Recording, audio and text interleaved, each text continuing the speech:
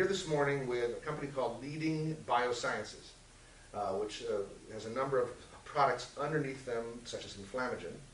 The company was founded by Geert Schmidt-Schoenbein, who's sitting to my left, and John Rodenreis, who's the CEO, and a number of other individuals who are involved. And this is I should say before we go any further, this is a training video for entrepreneurs.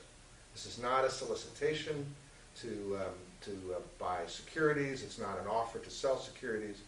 We just want the general community to know what really strong scientific, technological entrepreneurship is like, and what works and what doesn't work. This is a company who has successfully raised a great deal of capital, is moving rapidly through the FDA regulatory process, has significant recognition in Washington and other places for their outstanding research and what it's going to mean to the country and the world. And I just wanted to make sure that everyone was aware of what it took to create this kind of company. So before we go any further, I'd like to take a minute for each of you to tell us what Leading Biosciences does in your own words. I know you have different points of view, so... Okay, why don't I start then? We're a product development company, and what we do is we search for technologies that are going to be disruptive. So I'll patrol the halls of UCSD and try to find people like Garrett, who've got a technology that can really change a market and save a lot of lives, and yet he doesn't know how to relate to the business world. So we'll in-license that from the university or a federal lab. We'll put enough money in it to get it through animal testing and then initial human testing. And then we'll find a partner, a big pharma or big device company, to move it into the clinic.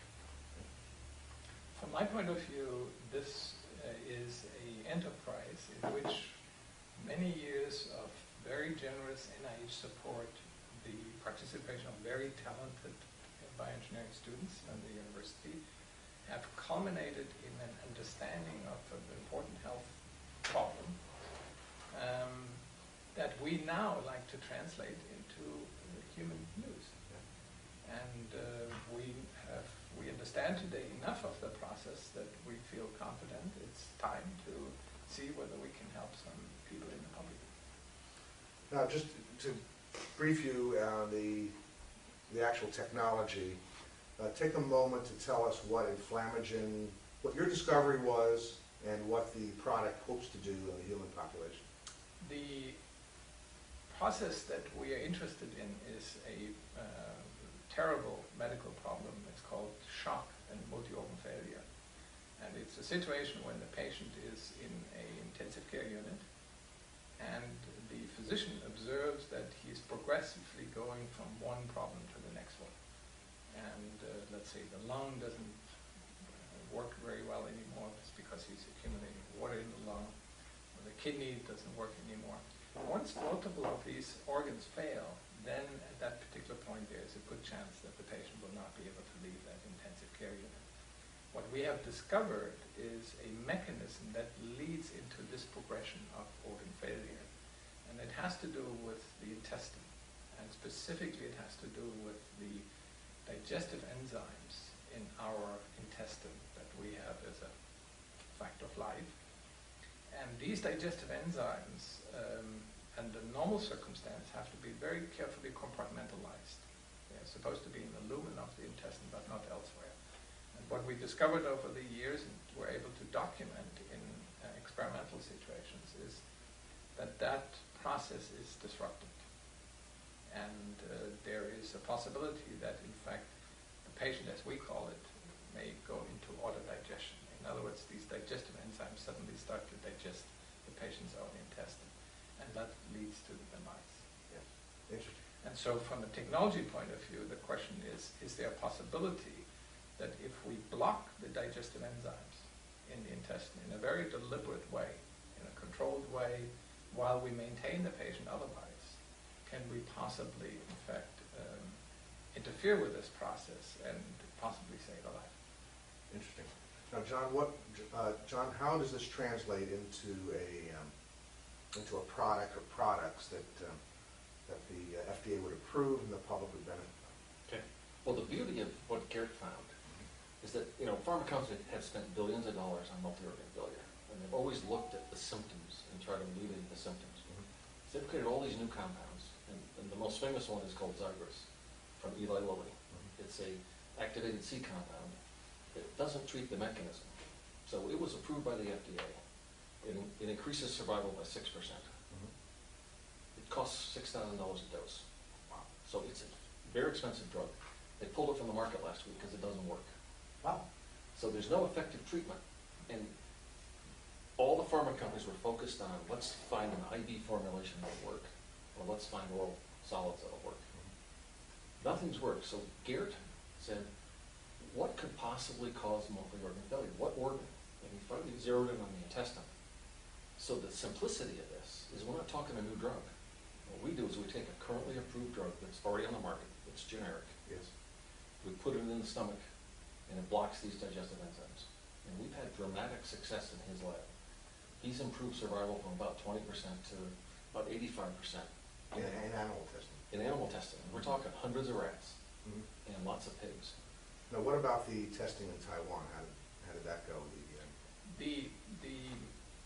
As we obtained all these animal results, then of course I started to talk to physicians about it.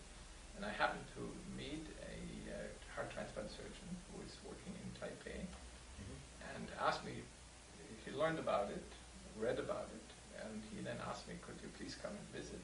And I did so. I gave a very detailed seminar to him and his team, and we talked about this idea. And he's a person who has a lot of detailed feeling on what happens in humans, okay? And he said, this is all very plausible, but nobody has ever tested this in man. And it just happened so that on that particular occasion I was there, a patient who was admitted to the hospital who was in dire shapes and really in a very serious situation. And the physician who had to take care of this individual recognized that there was really no other option. So it is fortunate that in Taiwan there is a drug approved for a very different indication that works well to block these digestive enzymes. And the result was that they decided on the evening I was there, let's try this out. They got consent from the loved ones, and they started to treat, and they started to see the first time a response to this. And this particular individual has been improved. This turns out to be a male.